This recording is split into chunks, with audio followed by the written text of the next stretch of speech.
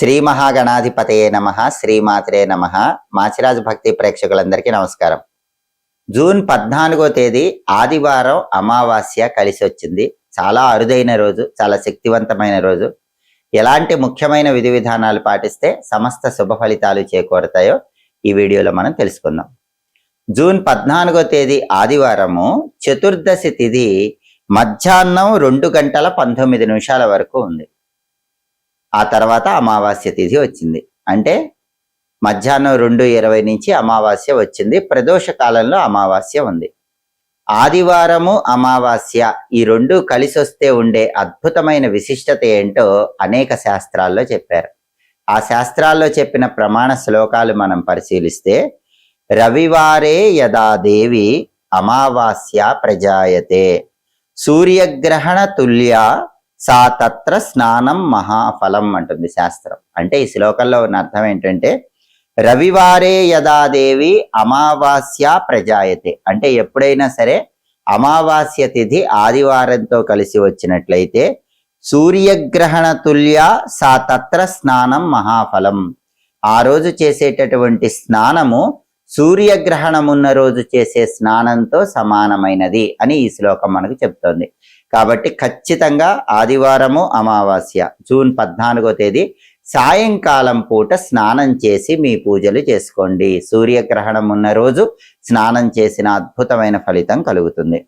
అలాగే ఇంకా శాస్త్రం ఏం చెప్పిందంటే, అమావారే రవేర్వారే యత్కించిత్ క్రియతే జపం తత్సర్వం అక్షయం ప్రోక్తం సాధకానాం జయప్రదం అంటుంది శాస్త్రం. అంటే ఈ శ్లోకంలో ఉన్న అర్థం ఏంటంటే, అమావారే రవేర్వారే యత్కించిత్ క్రియతే జపం. అమావాస్య ఆదివారం కలిసి వచ్చిన రోజు కొద్దిగా జపం చేస్తేనే తత్సర్వం అక్షయం ప్రోక్తం, అది అనంతమైనటువంటి ఫలితాలు కలిగిస్తుంది. సాధకానాం జయప్రదం, అద్భుతమైన విజయాలను కలిగిస్తుందని అర్థం. అంటే మామూలుగా రోజు మంత్రాలు చేసుకునే వాళ్ళు ఆదివారం అమావాస్య కలిసి వచ్చిన రోజు ఒక 21 సార్లు మంత్రం చదువుకున్నా కూడా కొన్ని కోట్ల సార్లు ఆ మంత్రాన్ని జపించిన అద్భుతమైన ఫలితం కలుగుతుంది. మామూలు రోజుల్లో చేసే చిన్న పూజే ఆదివారం అమావాస్య రోజు చేసినా కూడా ఆ పూజ అనంతమైనటువంటి అద్భుతమైన ఫలితాలను ఇస్తుంది అని ఈ శ్లోకం చెప్తుంది. అలాగే ఇంకా ఆదివారం అమావాస్య గురించి శాస్త్రం ఏం చెప్పిందంటే, అర్కవారే అమావాస్యాం సిద్ధయోగ ప్రకీర్తిత తస్మిన్ కాలే కృత సాధన పునరావృత్తి వర్జిత. అంటే అర్థం ఏంటంటే, ఆదివారము అమావాస్య కలిసి వచ్చిన రోజును సిద్ధయోగము అనే పేరుతో పిలుస్తారు. తస్మిన్ కాలే కృత సాధన పునరావృత్తి వర్జిత.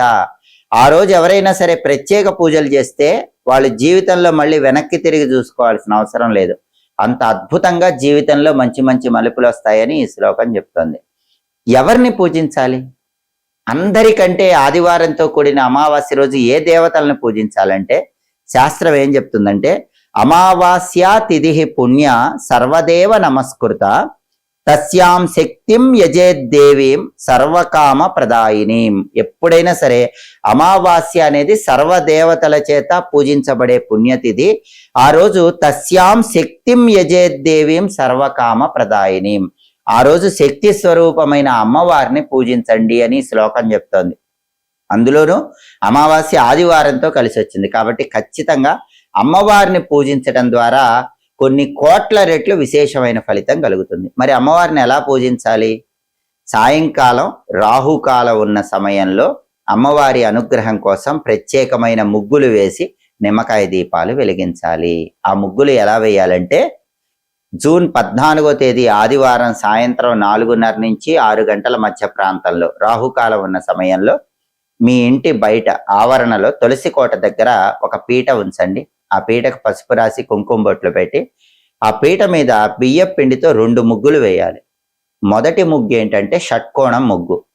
షట్కోణం ముగ్గు అంటే ఏంటంటే, ఒక ఊర్ధ్వ త్రికోణం, ఒక అధో త్రికోణం, ఈ 2 కలిపితే దాన్ని షట్కోణం ముగ్గు అంటారు.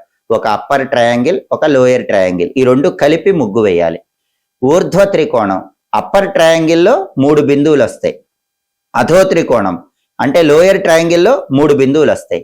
ఈ అప్పర్ ట్రయాంగిల్, లోయర్ ట్రయాంగిల్, ఊర్ధ్వ త్రికోణం, అధో త్రికోణం 2 కలిపి వేసినప్పుడు ఖండన బిందువులు, జాయింట్స్, జంక్షన్ పాయింట్స్ ఒక 6 వస్తాయి. అంటే అప్పర్ ట్రయాంగిల్ కి 3 బిందువులు, లోయర్ ట్రయాంగిల్ కి 3 బిందువులు, జంక్షన్ పాయింట్స్ 6 బిందువులు, అంటే మొత్తం 12 బిందువులు వస్తాయి. ఆ 12 బిందువుల దగ్గర 12 నిమ్మదొప్ప దీపాలు పెట్టండి.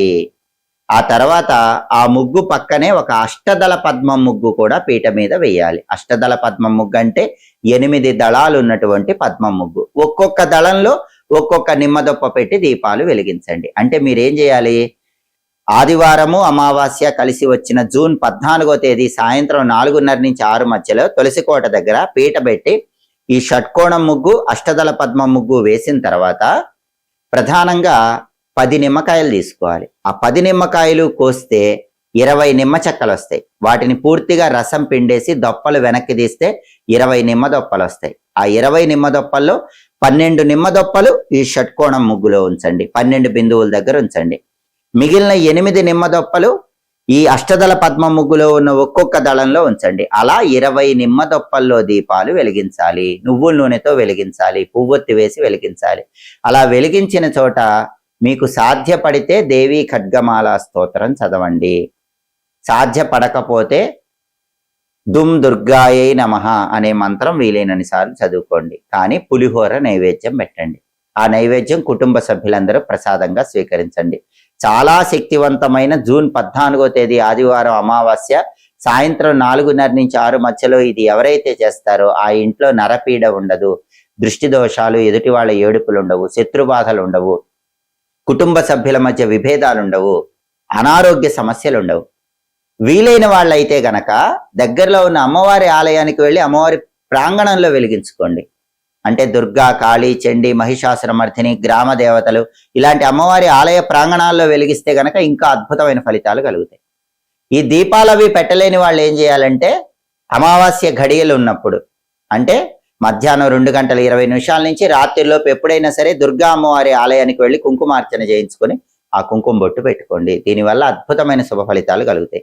ఇంకా శాస్త్రం ఆదివారం అమావాస్య గురించి ఏం చెప్తోందంటే ఇంకొక అద్భుతమైన శ్లోకం చెప్తోంది. ఆ శ్లోకం ఏంటంటే రవివారే అమావాస్యాం శివపూజా పరాయణ ముచ్యతే సర్వ పాపేభ్య శివలోకం సగచ్చతి అంటుంది శాస్త్రం.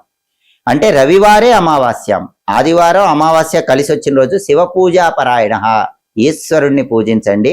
ముచ్యతే సర్వ పాపేభ్య శివలోకం సగచ్చతి, వాళ్ళ పాపాలన్నీ భస్మం అయిపోతాయి, శరీరం విడిచిపెట్టాక శివలోకం చేరతారని చెప్పారు. కాబట్టి సాయంకాలం పూట అమ్మవారి ఆలయం మాత్రమే కాదు శివాలయానికి వెళ్ళినా అద్భుత ఫలితాలు కలుగుతాయి. శివాలయంలో దీపం పెట్టుకున్నా, శివాలయంలో ప్రదక్షిణలు చేసినా, శివదర్శనం చేసుకున్నా చాలా విశేషంగా శివానుగ్రహం వల్ల అద్భుతమైన శుభ ఫలితాలు కలుగుతాయి. ఇంకా శాస్త్రం ఏం చెప్పిందంటే ఆదివారం అమావాస్య గురించి అశ్వత్థరూపీ భగవాన్ విష్ణురేవ నసంశయ భానువారే అమావాస్యాం తస్య పూజ మహాఫలం అంటుంది శాస్త్రం. అంటే ఏంటండి ఈ శ్లోకం అర్థం? అశ్వత్థరూపీ భగవాన్ విష్ణురేవ నసంశయ, విష్ణుమూర్తి ఒక అశ్వత్థ చెట్టు రూపంలో, రావి చెట్టు రూపంలో ఉంటాడు. భానువారే అమావాస్యాం తస్య పూజ మహాఫలం, ఆదివారంతో కూడిన అమావాస్య రోజు రావి చెట్టును పూజిస్తే మహాఫలం కలుగుతుందని ఈ శ్లోకం మనకు చెప్తోంది. కాబట్టి ఆదివారము అమావాస్య కలిసి వచ్చిన రోజు మధ్యాహ్నం 2:20 తర్వాత ఎక్కడైనా రావి చెట్టు ఉంటే రావి చెట్టు దగ్గరికి వెళ్ళండి, రావి చెట్టుకు పూజలు చేసుకోండి, రావి చెట్టుకు ప్రదక్షిణలు చేయండి. దానివల్ల మహాఫలితం కలుగుతుంది, అద్భుత ఫలితం కలుగుతుందని, విష్ణు అనుగ్రహం కలుగుతుందని ఈ శ్లోకం చెప్తోంది. అలాగే ఆదివారంతో కూడిన అమావాస్య సందర్భంగా ఎలాంటి విధులు పాటించలేని వాళ్ళు ఎవరైనా సరే దానాలు ఇచ్చుకున్న అద్భుత ఫలితాలు కలుగుతాయి. అందులోనూ ఇది అధిక మాసంలో వచ్చే ఆదివారంతో కూడిన అమావాస్య. ఏ దానాలు ఇచ్చుకోవాలి? తేనె బాటిల్ దానం ఇస్తే మంచిది, మినప్పప్పు దానం ఇస్తే మంచిది, ముల్లంగి దానం ఇస్తే మంచిది, గోధుమలు కానీ బెల్లం కానీ దానం ఇస్తే చాలా మంచిది. వీటిలో ఏది దానం ఇచ్చినా కూడా పూజలు చేయలేని వాళ్ళు, దేవాలయానికి వెళ్ళలేని వాళ్ళు అధిక మాసంలో వచ్చే ఆదివారంతో కూడిన అమావాస్య సందర్భంగా అద్భుతమైన శుభ ఫలితాలు పొందవచ్చు. ఎందుకంటే అమావాస్య ఆదివారం కలిసి రావటం మాత్రమే కాదు, ఇవి అధిక మాసంలో వచ్చినాయి. అధికస్య అధికం ఫలం, మామూలు సమయంలో కంటే అధిక మాసంలో చేసే పూజలు ఇంకా అద్భుతమైన ఫలితాలు కలిగిస్తాయి. కాబట్టి చాలా సంవత్సరాలకు ఒకసారి వచ్చే శక్తివంతమైన రోజు జూన్ 14 ఆదివారం అమావాస్య అధిక మాసంలో వచ్చింది. ఇన్ని ప్రత్యేకతలు ఉన్నాయి కాబట్టి ఈ విధి విధానాలు పాటించి అద్భుతమైన శుభ ఫలితాలు అందిపుచ్చుకోండి. ఎప్పటికప్పుడు పండుగల సందర్భంగా ప్రత్యేక రోజుల సందర్భంగా ఆసక్తికరమైన విశేషాంశాలు తెలుసుకోవాలనుకుంటున్నారా? ఏ పూజలు చేస్తే శాస్త్ర ప్రమాణంగా ఎలాంటి దానాలు ఇచ్చుకుంటే మీకున్న కష్టాలన్నీ తొలగింపజేసుకోవచ్చో, దారిద్ర్యాల నుంచి బయటపడవచ్చో తెలుసుకోవాలనుకుంటున్నారా? అయితే మా మాచిరాజు భక్తి ఛానల్ తప్పకుండా చూడండి. మా వీడియోస్ మీకు నచ్చినట్లయితే మా ఛానల్ లైక్ చేయండి, కామెంట్ చేయండి. మా ఛానల్ వీడియోస్ 10 మంది మిత్రులకు షేర్ చేయండి. మా ఛానల్ సబ్స్క్రైబ్ చేసుకోండి. పక్కన ఉన్న బెల్ సింబల్ ఒకటి మాత్రం మర్చిపోకండి. సర్వే జనాః సుఖినో భవంతు. స్వస్తి.